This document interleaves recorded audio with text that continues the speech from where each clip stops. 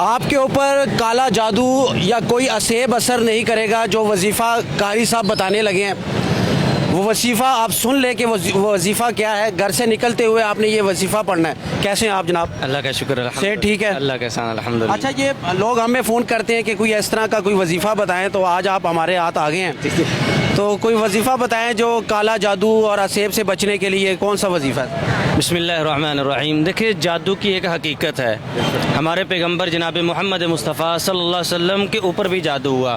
قرآن مجید میں اس کا کئی مرتبہ اللہ تعالیٰ نے ذکر کیا قرآن مجید میں کہ جادو کی حقیقت ہے، جادو ہوتا ہے.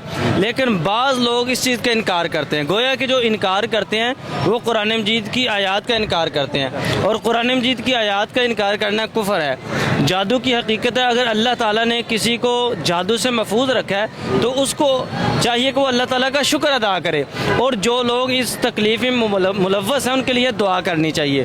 اگر آپ کوئی بھی ناظرین، سننے والے، دیکھنے والے کالے جادو سے بچنا چاہتے ہیں تو کالے جادو سے بچنے کے لیے بہترین عمل یہ ہے کہ آپ سورۃ البقرہ کی آخری 2 آیات کو پڑھیں. وہ ذرا پڑھ کے سنائیں. یہ آیات لمبی ہے، اس کا میں پہلا حصہ پڑھ دیتا ہوں. بسم اللہ الرحمن الرحیم. آمن الرسول بما انزل الیہ من ربہ والمؤمنون، آخر تک. لا یکلف اللہ نفسا الا وسعہا. یہ 2 آیات ہیں، 5-6 لائن کو یہ بنتی ہیں. کتنی دفعہ پڑھنی چاہیے؟ یہ صبح شام 3 مرتبہ پڑھنی چاہیے. اس میں اتنی طاقت ہے، اتنی روحانیت ہے کہ جو شخص یہ آیات پڑھتا ہے اس کے اوپر جادو اثر نہیں کرتا. جنات بڑے بڑے جب ہمارے پاس لوگ آتے ہیں تو ہم جنات سے پوچھتے ہیں کہ آپ کو سب سے زیادہ تکلیف کس چیز سے ہوتی ہے، تو وہ بتاتے ہیں کہ سورۃ البقرہ سے ہمیں بہت زیادہ تکلیف ہوتی ہے. تو جنات اس کے اوپر کوئی حملہ نہیں کر سکتے، اس کو کوئی نقصان نہیں پہنچا سکتے. تو اس کو پڑھنا چاہیے، زندگی کا معمول بنانا چاہیے. بلکہ اللہ کے نبی علیہ الصلوۃ والسلام کی حدیث ہے کہ جس گھر میں، بعض اوقات یہ بھی ہوتا ہے کہ گھروں میں جادو کے اثرات ہوتے ہیں، جنات کے اثرات ہوتے ہیں، گھروں میں خون یا پانی کے چھینٹے آتے ہیں، تو اللہ کے نبی علیہ الصلوۃ والسلام نے فرمایا کہ جس گھر میں سورۃ البقرہ کی آخری 2 آیات 3 دن تک پڑھی جاتی ہیں، فرمایا کہ وہاں سے ہر قسم کے جنات، شیاطین کے اثرات ختم ہو جاتے ہیں، بھاگ جاتے ہیں. بھاگ جاتے ہیں. بالکل. سورۃ البقرہ میں اتنی روحانیت ہے، اتنی پاور ہے. اللہ کے نبی علیہ الصلوۃ والسلام نے فرمایا کہ جس نے سورۃ البقرہ کو پڑھا اس نے گویا کہ ہر قسم کی خیر اور برکت کو حاصل کر لیا، اور جو اس کی خیر و برکت سے محروم ہو گیا گویا کہ وہ ہر قسم کی خیر و برکت سے محروم ہو. یہ خواتین کو بھی سب کو مطلب کہ پڑھنی چاہیے؟ بالکل. سورۃ البقرہ کی آخری 2 آیات کا معمول ہونا چاہیے. لیکن اصل میں مسئلہ یہ ہے کہ لوگ شارٹ کٹ ڈھونڈتے ہیں. وہ یہ چاہتے ہیں کہ ہمیں پڑھنا نہ پڑے، ہمیں کچھ ایسا تعویذ، کڑا چلا، دھاگا بابا دے دے بس، اور اس کو ہم پیسے دے دیں. اسی چیز کے اوپر لوگ مطمئن ہو جاتے ہیں. پھر بعض اوقات کہتے ہیں کہ ہمارے ساتھ فراڈ ہو گیا، فلاں بابے نے اتنے پیسے لے لیے. ہمیں فون کر کے کہتے ہیں کہ حساب لگوانا ہے. او بھائی، کس چیز کا حساب لگوانا ہے؟ یہ حساب لگانا ٹھیک ہے؟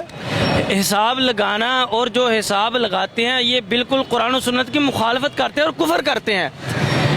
دین اسلام میں صرف استخارے کی حقیقت ہے. یعنی کوئی کام کرنا ہے، اللہ کے نبی علیہ الصلوۃ والسلام صحابہ کو استخارے کا حکم دیتے ہیں، یہ ہے کہ 2 نفل نماز پڑھ کے استخارہ خود کریں. یہ جو لوگ دوسروں سے حساب و کتاب لگاتے ہیں گویا کہ یہ کاہن اور نجومی قسم کے لوگ ہوتے ہیں. اور اللہ کے نبی نے فرمایا کہ جو کسی کاہن نجومی کے پاس جاتا ہے گویا کہ 40 دن تک اس کی نماز، اس کی عبادت قبول نہیں ہوتی، اور پھر اس کی عبادت، اس کی بات کی جو تصدیق کر دیتا ہے، فرمایا کہ گویا کہ وہ ایسا شخص ہے کہ گویا کہ اس نے کفر کیا.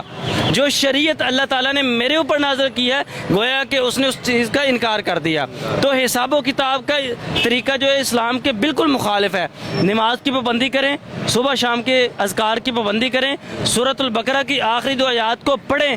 آپ کو حساب و کتاب لگانے کی ضرورت نہیں ہے، آپ کو کڑے چھلے دھاگے تعویذ پہننے کی ضرورت نہیں ہے. یہ ایسی کتاب ہے، اللہ فرماتے ہیں کہ اگر پہاڑوں کے اوپر نازل کر دوں تو پہاڑ ریزہ ریزہ ہو جائے. تو جنات اس کا مقابلہ نہیں کر سکتے، جادو اس کا مقابلہ نہیں کر سکتا. اللہ نے پاورفل کتاب انسان کو دی، اشرف المخلوقات کو دی ہے. یہ پھر در در پہ جا کے رول رہے ہیں، ٹوکرے کھا رہے ہیں، در در کے ٹوکرے کھا رہے ہیں. بالکل ایسے. بہت شکریہ. سورۃ البقرہ کی آخری 2 آیات جو قاری صاحب نے سنائی بھی ہیں اور بتائی بھی ہیں، اس کو پکڑ لیں اور روزانہ اس کو اپنے ڈیلی کی روٹین بنا لیں. نماز پڑھیں، صبح فجر کی نماز قضا مت کریں. جو صبح فجر کی نماز اگر آپ پڑھ لیں گے نا تو جو باقی کی 4 نمازیں ہیں نا وہ خود آپ کے پاس آئیں گی. ایسا ہی ہے قاری صاحب؟ بالکل ایسے ہے، بلکہ جو فجر کی نماز پڑھتا ہے وہ ہر قسم کے جادو سے محفوظ رہتا ہے. اللہ کے نبی نے فرمایا من صلی الصبح فهو فی ذمۃ اللہ، جو فجر کی نماز پڑھتا ہے وہ اللہ کی حفاظت میں آ جاتا ہے. اب اس کے اوپر جادو اثر نہیں کرتا، جنات اس کے اوپر اٹیک نہیں کر سکتے. جس نے فجر ہی نہیں پڑھی سویا رہا اس کے اوپر تو خود بخود جادو ہو جاتا ہے. اس کو شیئر کریں جتنا کر سکتے ہیں. قاری صاحب آپ سے رابطہ کرنے کے لیے کیا کریں؟ میرا نمبر میں بتا دیتا ہوں 0300 3727 اس نمبر واٹس ایپ کے اوپر میسج کریں گے تو میرا ایڈریس آ جائے گا.